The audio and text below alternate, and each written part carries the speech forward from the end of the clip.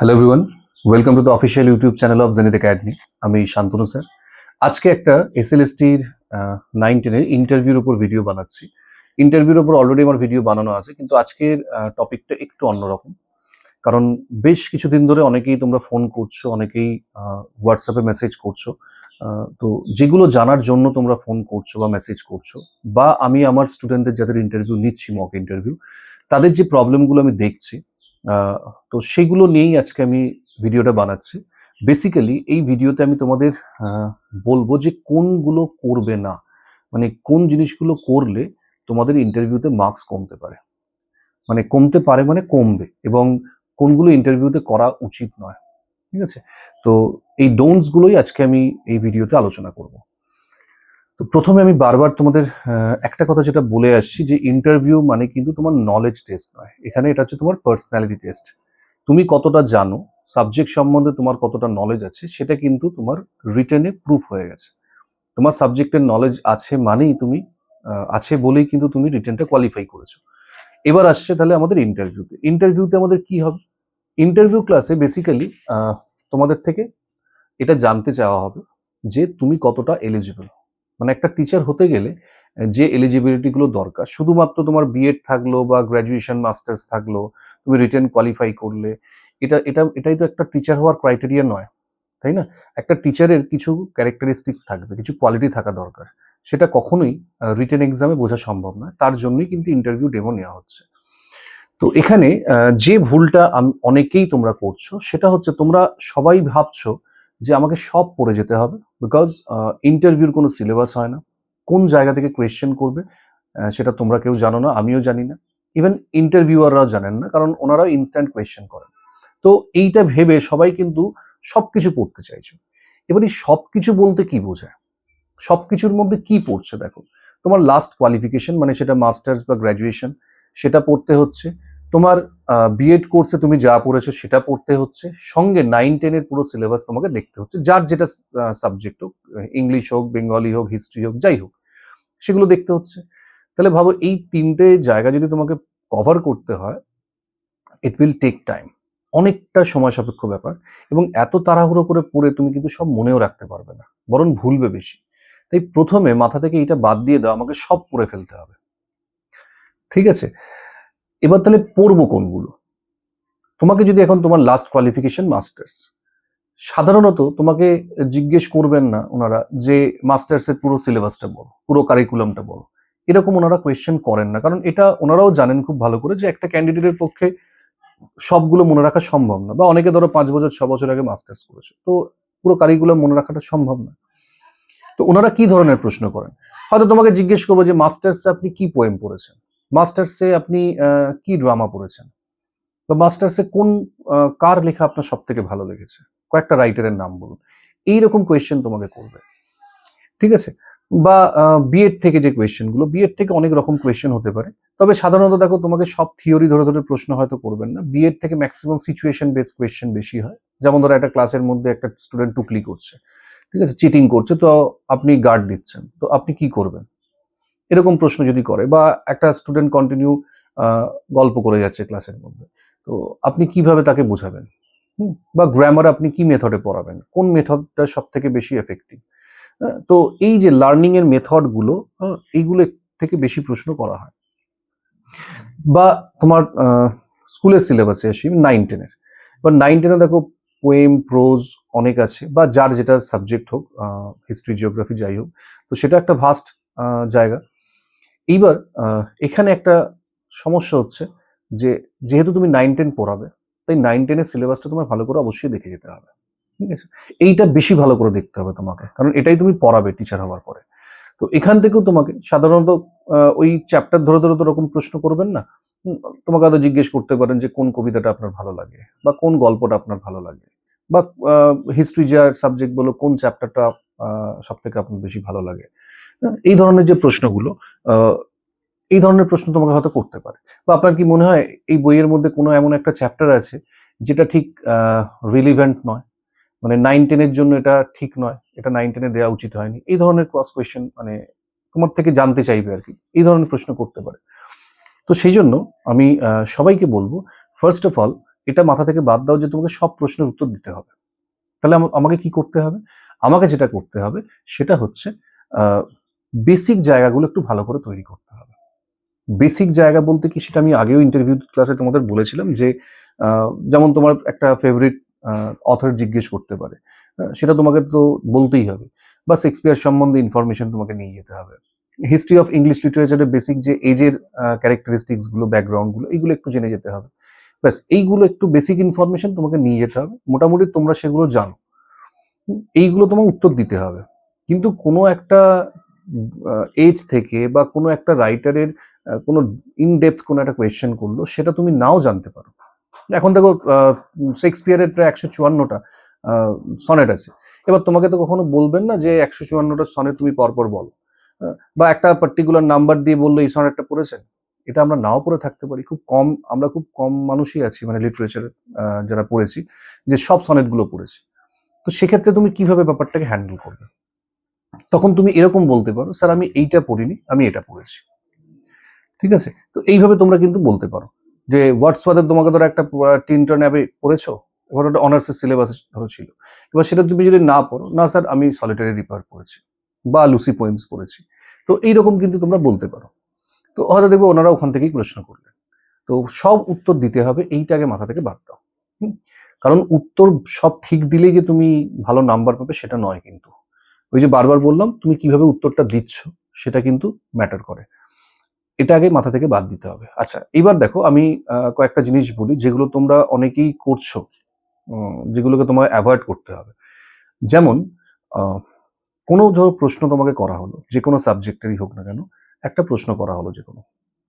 এবার এই প্রশ্নটার উত্তর অনেক সময় অনেক ক্যান্ডিডেটের জানা থাকে, অনেকের জানা থাকে না, আবার অনেকের জানা থাকলেও হয়তো ইনস্ট্যান্ট মনে পড়ছে না। এই তিনটে সিচুয়েশন তৈরি হয়। যার জানা নেই, একদম ইনস্ট্যান্ট বলে দেবে, sorry sir I don't know, sorry sir আমার জানা নেই, উত্তরটা হয়ে গেল।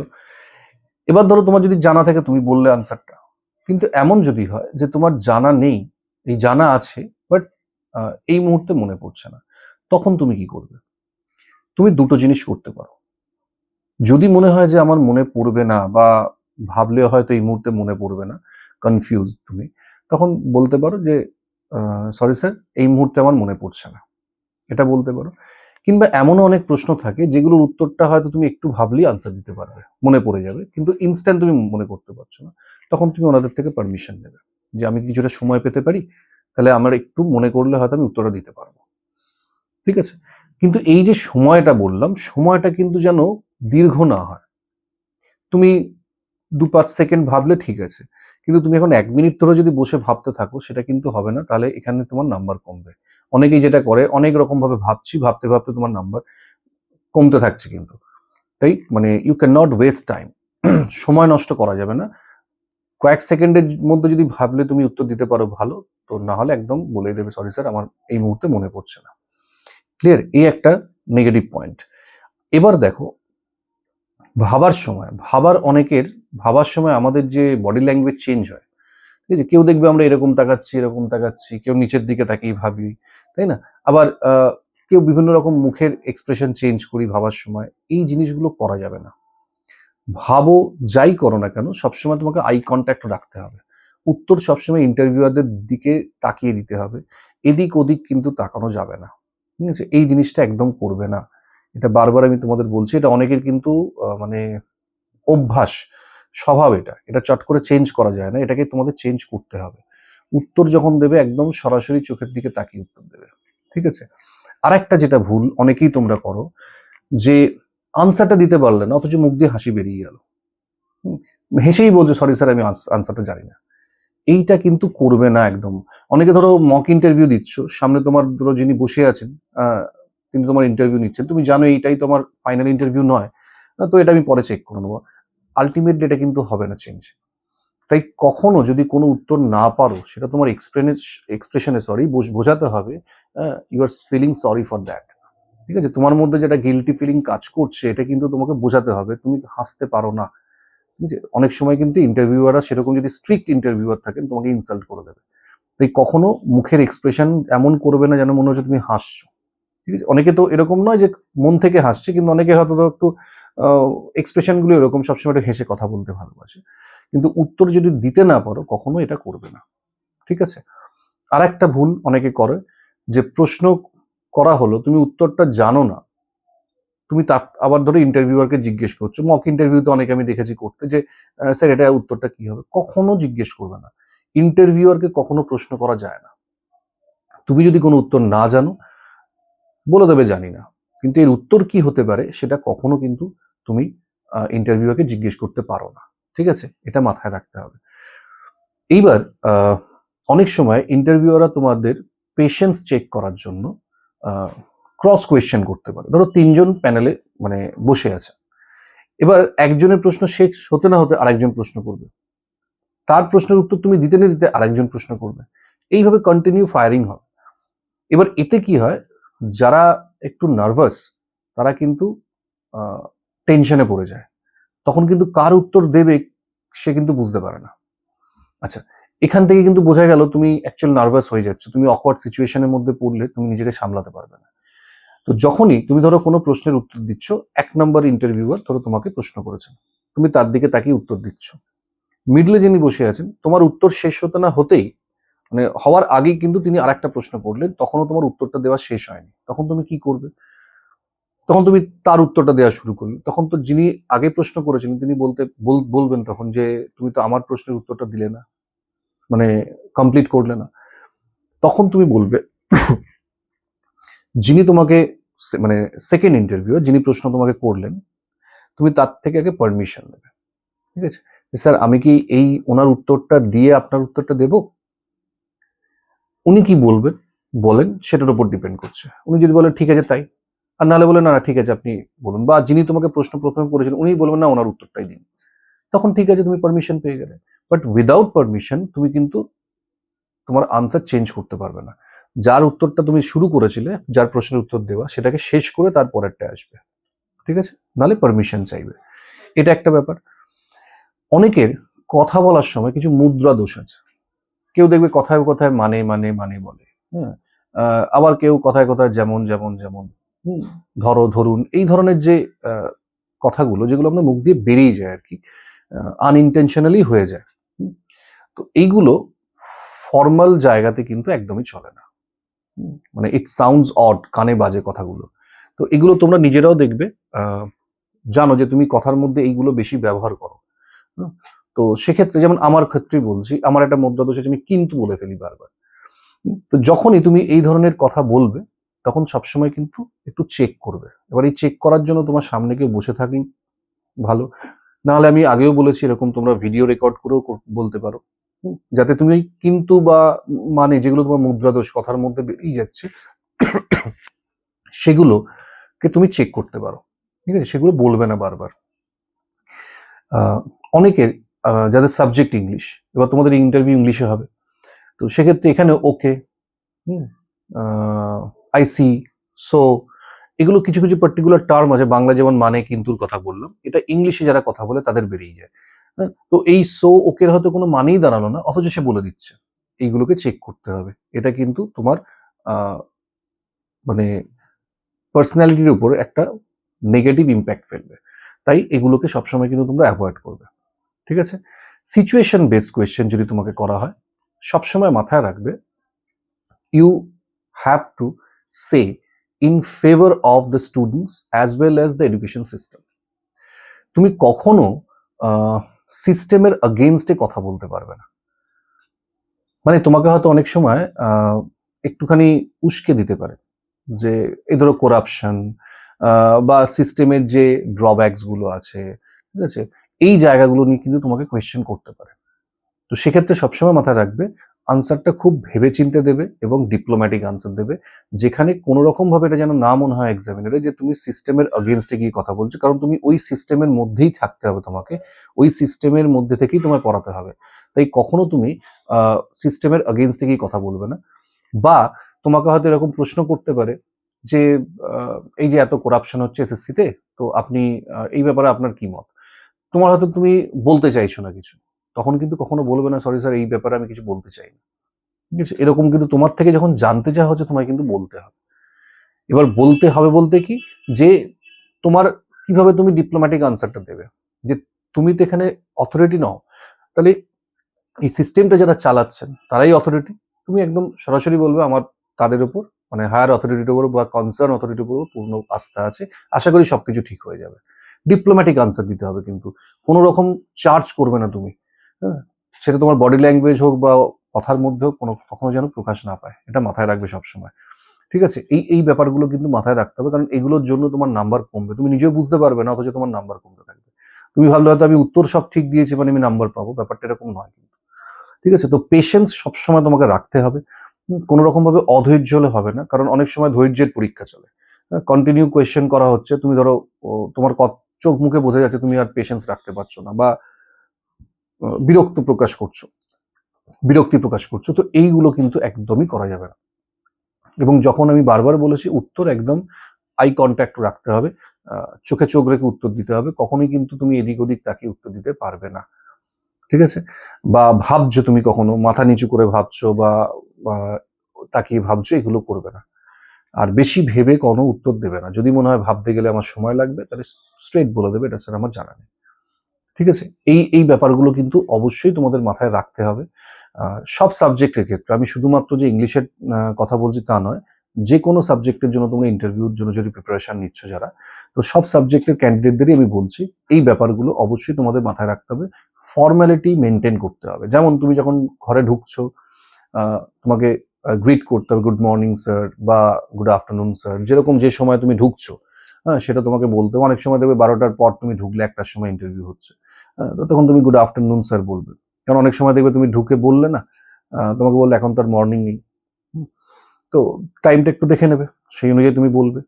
তারপরে আরেকটা ব্যাপার যেটা হচ্ছে তোমার, যখন তুমি ডেমো দেবে, ডেমো দেওয়ার সময় অবশ্যই তাদের পারমিশন নিয়ে তুমি আহ, যেগুলো চক হোক ডাস্টার হোক যেগুলো তুমি ইউজ করবে আর কি, উইথ পারমিশন সেগুলো ইউজ করতে হবে। এরকম না যে তোমাকে ডেমো দিতে বললো আর তুমি টুক করে তুলে নিয়ে ডেমো দেওয়া শুরু করলে। ঠিক আছে, বা এই ঘরটাকে কি আমি একটা ক্লাসরুম ভাবতে পারি, এগুলো একটা পারমিশন নিয়ে নিতে হবে, তারপরে তুমি তোমার ডেমোটা শুরু করবে, কিন্তু ইনস্ট্যান্ট তুমি এগুলো তুলে শুরু করবে না। ঠিক, এগুলো আর কিছুই না, এগুলো ফর্ম্যালিটি, এগুলো তোমাকে কিন্তু বলতে হবে, পারমিশন নিতে হবে, বা তোমার সম্বন্ধে কিছু বলতে দিল, সে সামথিং অ্যাবাউট ইয়োরসেলফ, তখন কিন্তু তোমাকে যে ইন্ট্রোডিউস করার সুযোগটা দিয়েছেন তার জন্য তোমাকে থ্যাঙ্কস জানাতে হবে। ঠিক আছে, thank you sir for giving me the opportunity to introduce myself, দিয়ে এবার তুমি শুরু করলে। ঠিক আছে, এই যে ব্যাপারগুলো এগুলো কিন্তু অবশ্যই তোমাকে মাথায় রাখতে হবে। তোমার সম্বন্ধে জিজ্ঞেস করুক বা কিছু, এমন কিছু বলবে না যেটা সম্বন্ধে তোমার নলেজ নেই। অনেকে হবি নিয়ে হয়তো অনেক রকম হবি বলে ফেলছো, কিন্তু দেখা গেল সেই হবি নিয়ে তোমার কোনো নলেজ নেই, তো সেইগুলো একটুখানি ভাবনা চিন্তা করে বলবে। আহ, মনে এলো আর তুমি টুক করে বলে দিলে, এটা করবে না। সেই জন্য আমি বারবার বলছি মেটেরিয়াল মুখস্থ করবে না। কেন? মেটেরিয়াল মুখস্থ করলে কি হবে, তোমার মাথার মধ্যে ওই আনসারগুলোই ঘুরবে, আর যখন তোমাকে অন্য কোনো কোয়েশ্চেন করবে না, তুমি তখন কিন্তু গুলিয়ে ফেলবে, তখন সব আনসারগুলো ঘেটে যাবে, আর তখন তুমি কোনো উত্তরই দিতে পারবে না। তাই বারবার সবাইকে বলছি যে কোয়েশ্চেন তুমি কালেক্ট করো। এখন প্রচুর ইউটিউবে ক্লাস আপলোড করা হচ্ছে, বিভিন্ন চ্যানেলে আপলোড করা হচ্ছে ইন্টারভিউ নিয়ে, তোমরা সেই ক্লাসগুলো দেখো, সেখান থেকে কোয়েশ্চেনগুলো নাও, কিন্তু আনসার নিজের মতো করে রেডি করো, যে এই ধরনের প্রশ্ন করলে বা এই প্রশ্নটা করলে আমি উত্তরটা কিরকম দেবো, আমার অ্যাপ্রোচটা কিরকম হবে, এইগুলো মাথায় নিয়ে তোমাকে দিতে হবে। কনফিডেন্স সবসময় তোমার কথার মধ্যে থাকবে, বাট সেটা কিন্তু যেন ওভার কনফিডেন্স না হয়ে যায়, বুঝলে? মানে ওর তার সেটা হলেও খুব সমস্যা, আবার ল্যাক অফ কনফিডেন্সও কিন্তু খারাপ জিনিস। ঠিক আছে, তো তোমাকে সেই ব্যাপারটা একটু মাথায় রাখতে হবে, যে আমি সব জানি এই জিনিসটা আমি করব না, আবার আমি কিছুই জানি না এটাও নয় কিন্তু। তাহলে একটা মানুষ তোমাকে বোঝাতে হবে যে একটা মানুষের পক্ষে সব জানা সম্ভব নয়, বাট যেটা আমি জানি সেটা ঠিকঠাক জানি। এই ব্যাপারটা তোমাকে মানে বোঝাতে হবে কথাবার্তার মধ্যে কিন্তু, তাহলেই দেখবে তোমার ইন্টারভিউ ভালো হবে। এবং ইন্টারভিউয়াররা যারা বসে আছেন ওখানে, তারা কিন্তু ক্যান্ডিডেটের সাইকোলজি খুব ভালো করে বোঝেন। তাই কোনো রকম ভাবে তোমরা ওখানে কিছু ফলস ইনফরমেশন দেবে না। ঠিক আছে? যেটা তুমি যেমন সেইভাবে নিজেকে প্রেজেন্ট করবে, তাহলে দেখবে প্রবলেমটা কম হবে। কারণ অনেক সময় কি হয়, ধরো তোমাকে চেয়ারে তুমি বসলে, তুমি প্রিপেয়ার্ড হয়ে এসছো যে আমার সম্বন্ধে বলতে দেবেন, তোমাকে চট করে প্রশ্ন করবে যে আচ্ছা এমন কিছু বলুন যেটা আপনার সম্বন্ধে আমরা জানি না। ঠিক আছে, তো এই ধরনের প্রশ্ন কিন্তু করতে পারে, তো এগুলো একটু ভালো করে দেখে যাবে। তোমাকে যদি বলে আপনি নিউজ পেপার পড়েন, তুমি বলো না স্যার আমি নিউজ পেপার পড়ি না, এটা বলবে না, বলবে যে আমি পড়ি। কিছু কিছু জিনিস তোমায় কিন্তু একটু মেনটেন করতে হবে। তুমি একটা টিচার হতে যাচ্ছ, তো আশেপাশের কি ঘটছে সেই সম্বন্ধে তোমার কিন্তু আইডিয়া থাকা দরকার। তো তুমি বলবে পড়ি, কারণ যে পেপারটা পড়ো তার উপর তোমায় হয়তো প্রশ্ন করতে পারে, এই পেপারের ধরো আনন্দবাজার, তার সম্পাদকের নাম কি, এই একটা প্রশ্ন করতে পারে, বা আগামী এক সপ্তাহের মধ্যে একটা গুরুত্বপূর্ণ ঘটনা বলুন তো, বা আজকের পেপার পড়েছেন। তুমি বলে হ্যাঁ স্যার পড়েছি, তো দুটো নিউজের কথা বলুন। তোমায় কখনো এরকম বলবেন আচ্ছা বলুন তো 5 নাম্বার পেজের নিউজ, একটা নিউজ আছে কি, ওরকম করে জিজ্ঞেস করেন না ওনারা। ঠিক আছে, জাস্ট বলুন দুটো ইম্পর্টেন্ট নিউজ বলুন, বা ফ্রন্ট পেজে আপনার চোখে পড়েছে এরকম একটা নিউজ বলুন তো। ঠিক আছে, ইন্টারভিউয়ারের কাজ কখনো তোমাকে হ্যারাস করা নয়। উনি তোমার নলেজের সঙ্গে তোমার পার্সোনালিটিটা টেস্ট করছেন। তো তার জন্য যেগুলো জানার দরকার ওনারা ওইভাবেই তোমার থেকে জেনে নেবেন। তুমি উত্তর দিতে পারলে না মানেই যে তোমার নাম্বার কাটা গেল তা নয় কিন্তু। ঠিক আছে, এটা আমি বারবার তোমাদের বলছি, এই ব্যাপারগুলো তোমাদের অবশ্যই মাথায় রাখতে হবে যে কোয়েশ্চেন ভালো করে শুনবে, শুনে তারপরে উত্তর দেবে। আর এই যেগুলো আমি বললাম যে এগুলো একটু অ্যাভয়েড করবে, কারণ এর জন্য কিন্তু তোমার মার্কস কমতে পারে। সবসময় এই ব্যাপারগুলোকে একটু অ্যাভয়েড করে চলবে।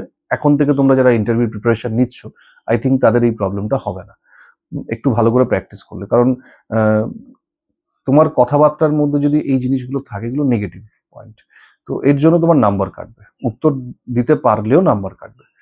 তাই এগুলো এখন থেকে চেক করার চেষ্টা করো, একটু ফ্লুয়েন্টলি বলবে। যাদের সাবজেক্ট ইংলিশ তাদের একটাই প্রবলেম, ইংলিশে কথা বলতে হচ্ছে, তো চেষ্টা করবে যতটা ফ্লুয়েন্টলি বলা যায় অতটা তাদেরকে বোঝাবার মতো একটু বলতে হবে তোমাদের। আর যাদের অন্য সাবজেক্ট আছে তাদের বাংলা ইন্টারভিউ হবে, কোনো সমস্যা নেই। তো যেটা বলবে সেটা কনফিডেন্সের সঙ্গে বলবে, যেটা জানো না একদম বলে দেবে স্ট্রেট, সরি স্যার আমার এটা জানা নেই, বা আমি এটা এই মুহূর্তে মনে পড়ছে না। অনেক সময় না তোমাকে এরকমও বলবে যে আচ্ছা একটুখানি সময় দিচ্ছি, মনে করুন তো। ঠিক আছে, তো সময় দিচ্ছি, তোমাকে হয়তো সময় দেবে ওনারা, কিন্তু সেই সময়টা তোমাকে ডিসাইড করতে হবে কতটুকু তুমি নেবে। মানে ওই যে বললাম 2 থেকে 5 সেকেন্ড সময় তুমি নেবে, তারপর যদি তোমার মনে হয় যে মনে পড়ছে না, সরি স্যার মনে পড়ছে না। এই সময় দিয়েছেন বলে এই নয় যে তুমি ভেবেই যাচ্ছ, এটা একদম করবে না, সময় নষ্ট করা যাবে না ইন্টারভিউতে। ঠিক আছে, তো এই যে তোমাদের ব্যাপারগুলো বললাম, পয়েন্টস গুলো বললাম, এগুলো একটু মাথায় রেখে তোমরা প্রিপারেশন নাও, তাহলে দেখবে তোমাদের ইন্টারভিউ প্রত্যেকের ভালোই হবে। কারণ তোমরা সবাই জানো, সবাই গ্র্যাজুয়েশন মাস্টার্স করেছো মানে তোমাদের তো নলেজ আছেই, কিন্তু এই যে বললাম সব আনসার দিতে হবে, সব পড়ে ফেলতে হবে, এটা মাথা থেকে বাদ দাও। ইম্পর্টেন্ট জায়গাগুলো ভালো করে পড়ো। আমি আমার প্রিভিয়াস ক্লাসগুলোতে তোমাদের বলে দিয়েছি কোন জায়গা থেকে কোয়েশ্চেন কিরকম আসতে পারে, সেগুলো একটু ভালো করে দেখো। যেটা দেখছো সেটা ভালো করে দেখো। তোমরা কি করছো, প্রত্যেকটা থেকে অল্প অল্প অল্প অল্প করে দেখছো, তাতে কিন্তু কোনোটাই ঠিকঠাক তৈরি হচ্ছে না। ঠিক আছে, তো এইটা কিন্তু তোমাকে আহ, বলতে হবে। অনেক সময় অনেক আনসার তোমার জানা না থাকতে পারে, তখন তোমার যদি ওই রিলেটেড কোনো ইনফরমেশন তোমার জানা থাকে সেটা তুমি বলতে পারো। মানে ব্যাপারটা এরকম আমি বলে দিই যে ধরো তোমার রোমান্টিক এজের সম্বন্ধে বললো, আমি একটা এক্সাম্পল দিচ্ছি। রোমান্টিক এজ সম্বন্ধে তোমায় প্রশ্ন করলো, আচ্ছা আপনি হোয়াটসঅ্যাপ করেছেন?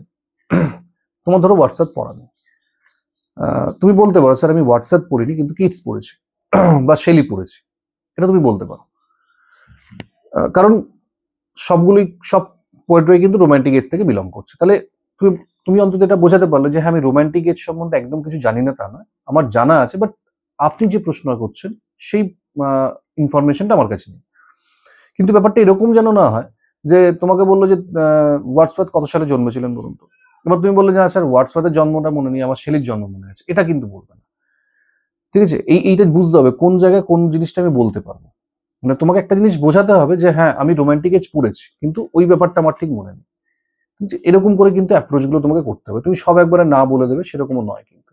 তো এই জিনিসগুলো ছোট ছোট জিনিস, যেগুলো কিন্তু আমরা অতটা মাইন্ড করি না বা বলার সময় মাথায় থাকে না, কিন্তু এগুলো ইন্টারভিউতে নেগেটিভ ইম্প্যাক্ট ফেলবে। তো এগুলো একটু ভালো করে প্রিপারেশন নিলে আমার মনে হয় তোমাদের ইন্টারভিউটা আরো ভালো হবে এবং মার্কসটাও তোমরা ভালো পাবে। তবে আবার বলছি, ইন্টারভিউ যেমন প্রিপারেশন নিচ্ছ তো নাও, বাট ডেমোর প্রিপারেশন খুব ভালো করে নাও, কারণ ডেমোর ওপর মার্কসটা অনেকটাই ডিপেন্ড করবে। ঠিক আছে, তো ডেমো যদি তোমার প্রেজেন্টেশন ভালো হয় তাহলে কিন্তু তুমি ভালো নাম্বার পাবে, কারণ আলটিমেটলি তোমাকে পড়াতে হবে। তো এই সিচুয়েশন গুলোকে একটু মাথায় রেখে তোমরা প্রিপারেশন নাও, সিচুয়েশন বেস কোয়েশ্চেন খুব ভালো করে তৈরি করবে। কি কি হতে পারে সেগুলোর উপর তো আমি ভিডিও বানিয়েছি, ওটাতে আলাদাভাবে আমি কিছু বলছি না, তবে এটা আমি মাথায় রাখবে যে সবসময় যেন আনসারটা তোমার ডিপ্লোম্যাটিক আনসার দেবে। কোনো পার্টিকুলার একজনকে অ্যাটাক করা বা তার সম্বন্ধে নেগেটিভ কিছু বলা, এইটা কিন্তু একদমই বলবে না। মানে সিস্টেমের এগেইনস্টে গিয়ে কথা বলবে না এবং যেগুলো বলবে সেগুলো একটু স্টুডেন্টের ফেভারে বলার চেষ্টা করবে। তার মানে এই নয় যে তুমি অয়েলিং করছো, বোঝা যায়। তো এই যে ব্যাপারগুলো একটুখানি মাথায় রাখবে। তো এগুলো ঠিকঠাক করে তৈরি করলে আমার মনে হয় তোমাদের ইন্টারভিউতে প্রবলেম হবে না। তো আজকের জন্য এটুকুই। ভিডিওটা অনেকটা লেন্দি হয়ে গেল। হয়তো অনেকগুলো কথা আমি বলে ফেললাম। আমার মনে হলো তাই তোমাদের বললাম। তোমরা এগুলো একটুখানি ফলো করো। আমার মনে হয় তোমাদের ভালো হবে। নেক্সট ক্লাসে আবার একটা অন্য টপিক নিয়ে দেখা হবে।